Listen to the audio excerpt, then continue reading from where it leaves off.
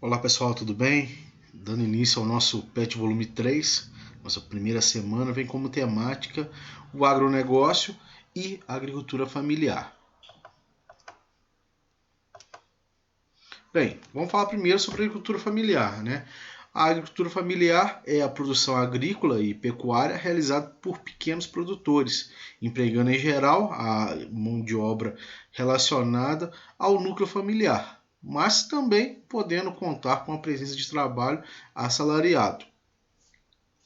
Trata-se de uma das expressões mais importantes em termos de produção de alimentos no Brasil, além de ser um dos setores que mais empregam trabalhadores no meio rural atualmente, né? Lembrando que o abastecimento nacional de alimentos ali assim tem como base a agricultura familiar, né? Lembrando que o agronegócio tem o maior foco no mercado internacional. Né? Já a agricultura familiar é a principal fonte de abastecimento do mercado interno.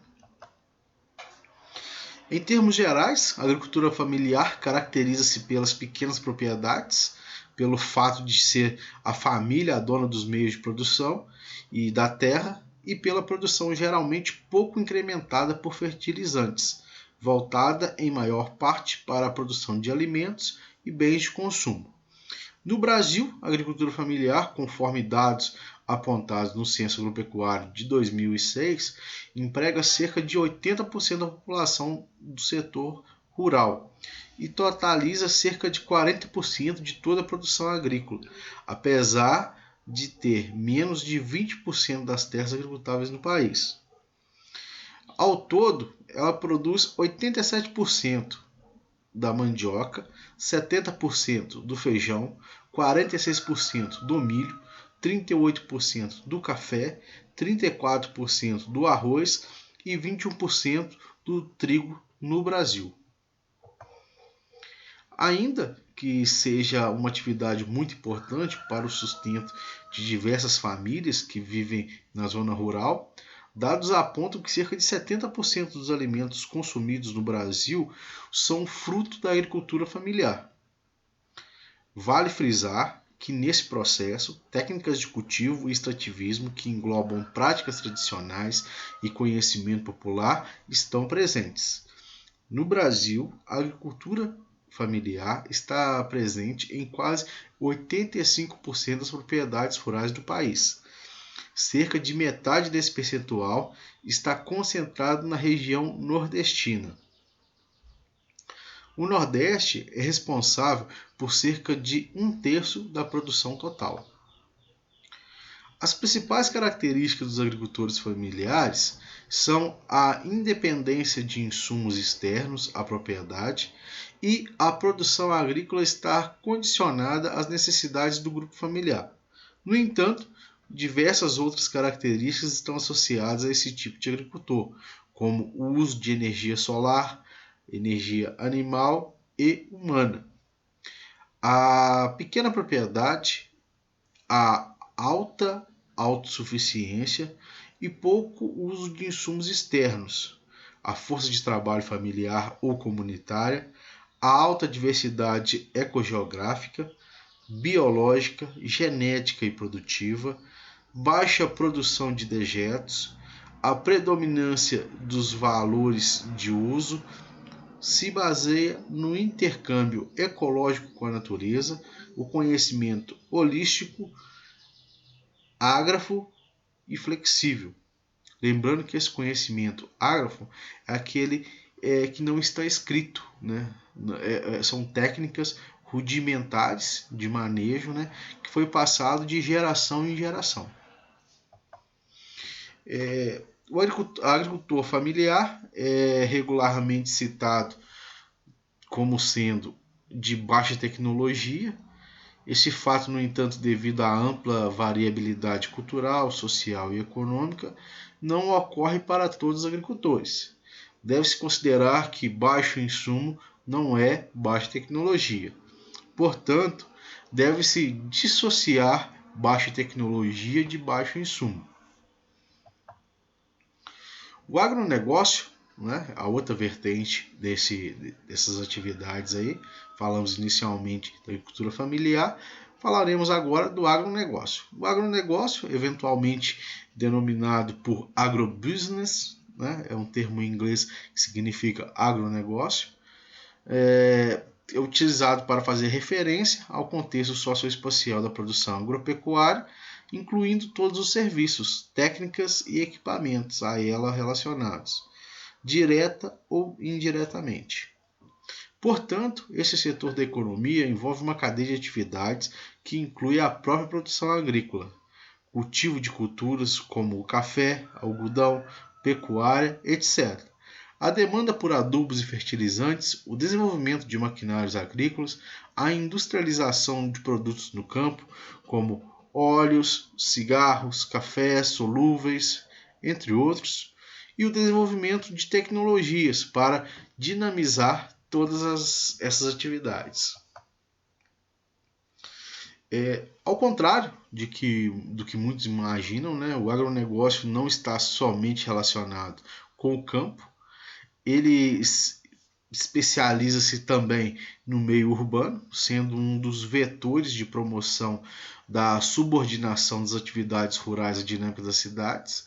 Isso ocorre porque, à medida que o agrobusiness moderniza-se, mas ele torna-se dependente das atuações industriais e produtivas advindas das cidades. Esse importante campo da economia envolve uma inter-relação entre os três setores. O setor primário, né, como a agropecuária, né, lembrando que a agropecuária é a junção, né, dos dois termos agricultura e pecuária, aí surgiu agropecuária, né? O secundário, com as indústrias de tecnologia e de transformação de matérias-primas, e o terciário, com o transporte e comercialização dos produtos advindos do campo. Investimentos. Uma das facetas na produção do contexto do agronegócio é a concentração de investimentos. Os produtores investem tanto na produção em si, quanto nos elementos que viabilizam ou melhoram a sua execução. Assim, essa atividade integra estudos científicos relacionados com o campo e com a biotecnologia, e até com a meteorologia e climatologia, a fim de observar as melhores condições para intensificar a acumulação de capital por parte de seus proprietários.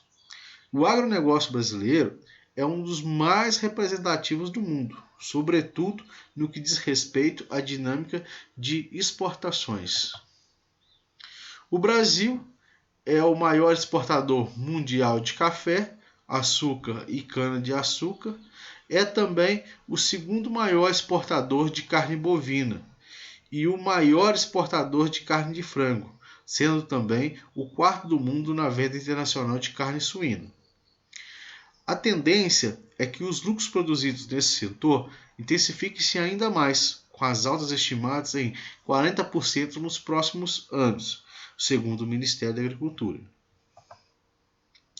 O agronegócio sofre críticas a partir de duas concepções, uma de viés econômico-social e outra de cunho ambiental. Sobre essa última posição, é comum em embates no contexto político envolvendo os chamados ruralistas contra os ambientalistas. Esses últimos acusam frequentemente os primeiros de serem os responsáveis pela expansão desordenada das terras cultiváveis no território nacional, expandindo a fronteira agrícola e diminuindo a quantidade de reservas ambientais e áreas verdes. Há também acusações envolvendo o cultivo em áreas de preservação próximas a reservas e parques ambientais, além da poluição dos cursos d'água por fertilizantes e outros produtos tóxicos. As críticas de cunho social estão intrinsecamente relacionadas com os movimentos sociais do campo, com destaque para o MST, né, o movimento dos trabalhadores sem terra, né, que acusam o agronegócio de intensificar o processo de concentração fundiária, em que um número cada vez maior de terras fica detido sob a posse de um número cada vez menor de investidores.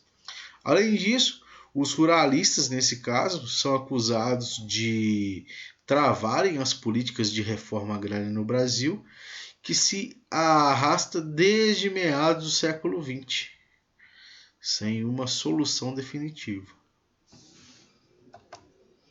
Então, é isso aí, pessoal.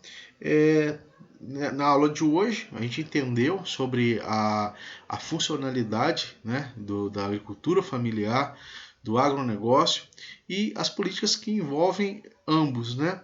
Lembrando que essas políticas, de fato, geram muito debate, né, entre ambientalistas, ruralistas, e por fim entra também o pessoal do MST, né, como possíveis vítimas, né, do agronegócio, uma vez que de fato no agronegócio há uma grande concentração de terras